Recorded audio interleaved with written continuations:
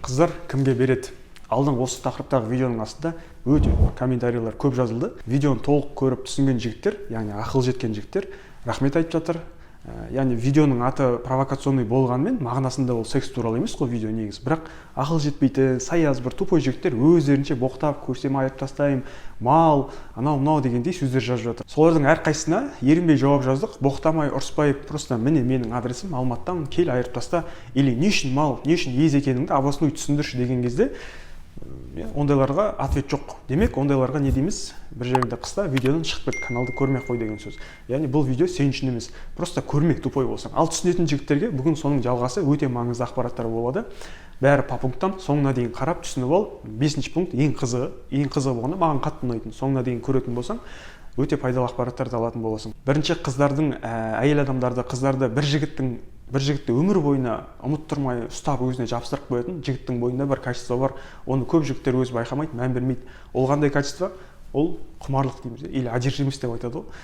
Қызға емес, бір нақты жұмысқа, бір миссияға, мақсатқа құмарлық. Егер қыз сенен осы одержимостьті байқаса, яғни басқа нәрсеге, спортқа, бір атқа мінуге, хобби, ғылым, білім, сол орынға қыз не істейді? Өзін қойғысы келеді. Яғни мен сол бизнесқа одержимый болсам, сол қыз бизнестің орнына өзін қойғысы келеді. И ол үшін бәрін жасайды қыз.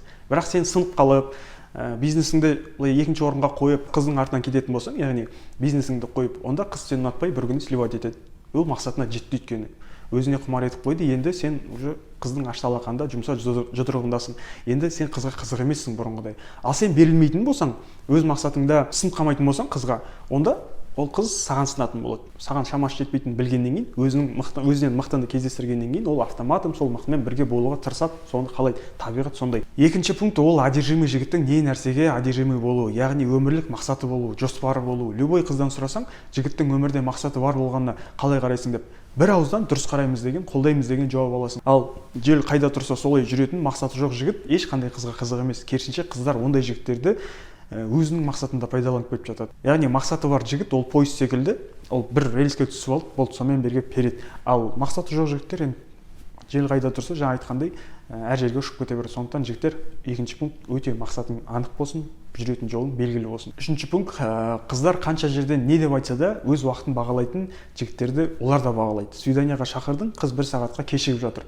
Болды, күте алмай, мен басқа шаруаларым бар деп, тіпті шаруаң болмаса да, мен тупа бір қызды просто так 1 сағат бойына күтіп отырмаймын деп принциппен жүретін болсаң, қыз сені сыйлайтын болады. Екінші рет кешікпейтін болады. Өйткені сен сарғайып, төселіп бір қызды күтіп отқан жоқсың. Өйткені сенде басқа қыздар бар, если что. Бір қызға қарып қалған ештеңе жоқ. Ал егер бір қызға бүкіл уақытыңды құртып, сонымен бір кездесу арман болып отыратын болса, онда бауырым, саған емделу керек. Ол жағынан біз көмектесеміз. Төртінші пункт. Қыздардың басын кетіретін пункт ол жігіттің жалғыздықтан қорықпайтыны. Қайта жалғыз болуды кейде қалауы. Бұл деген жалғыздық деген жақсы деген сөз емес. Оған да үйреніп қалуға болмайды. Бұл жердегі жалғыздық қыз болса да, сенің өміріңде болмаса да, маған по кайфу. Мен қызға жабысып, сол қыз хабарласса, жауап берсе, немесе сонымен бірге жүргенде ғана күшті болып жүремін, жалғыз қалсам онша емес деген әңгіме болмау керек. Яғни қыз, әйел четко түсіну керек, что сен жалғызда өзіңде спокойно өмір сүре аласың, аштан өлмейсің, өзіңде қыдыра аласың, кино көре аласың, жұмыс жасай аласың. Міне осыны қызға түсіндіре алу керек, сөзбен емес, іспен. Сол кезде қыз сені бағалайтын болады. Бесінші пункт, қызды жоғалтып алудан қорықпау. Или қызға қазір барма, игнор жаса, или қазір қызды қоя тұр десең, біраз уақытқа десең, жігіттер дірілдеп кетеді. Ол басқаға кетіп қалса ше, басқа жігіт пайдаланып кетсе ше, ол сияқты қыз таба алмай қалам ғой, кездесе ма жоқ па деген сияқты қорқыныш бар. Міне осыны сезген қыз спокойно сенімен манипуляция жасайды. Сені басқарады, салыстырады, білген жасайды былайша айтқанда. Ал сен қызды жоғалтып алудан қорқасың. И сол үшін сен бәріне шыдайсың, көнесің. Даже қызды жоғалтып алғанның өзінде ол рак, бір сары ауру, Құдай сақтасын, сенің бір қолыңды аяғыңды кесіп тастау емес қой, соғыс емес, сен бір банкрот емессің да. Бірақ өміріңнің астан кестеңі шықпайды ол үшін. Сен 1-2 ай бір ары кетсе қиналарсың, просто адам өміріңнен по факту қазір жоқ болды да. Бірақ өмір алда кім-кімді жоғалтқанын түсінетін уақыт әлі алда. Сол үшін қыздар сенен осы сипатты байқаса, қызды жоғалтып алудан қорқатыныңды байқайтын болса, онда бауырым сен пайдаланады деген сөз. 6-шы пункт, сенің қоғамдағы рөліңнің маңыздылығы. Міндетті түрде танымал болу, бір блогер болу емес, бірақ жұмысыңда керекті маңызды адамсың. Оқуда, универде, сенің ректорың өзі жеке танитындай болса, басқа студенттер сені көріп амандасатындай, сен активный бір салмағың болатын болса, қоғамға сенің бір пайдаң тиетін болса, қысқаша айтқанда үйден бөлек сен мына әлемге керекті адам болатын болсаң, яғни өзіңді солай сезінсең, орыстар айтып жатады, нужен всем, нужен мне дейді орыстар, иә.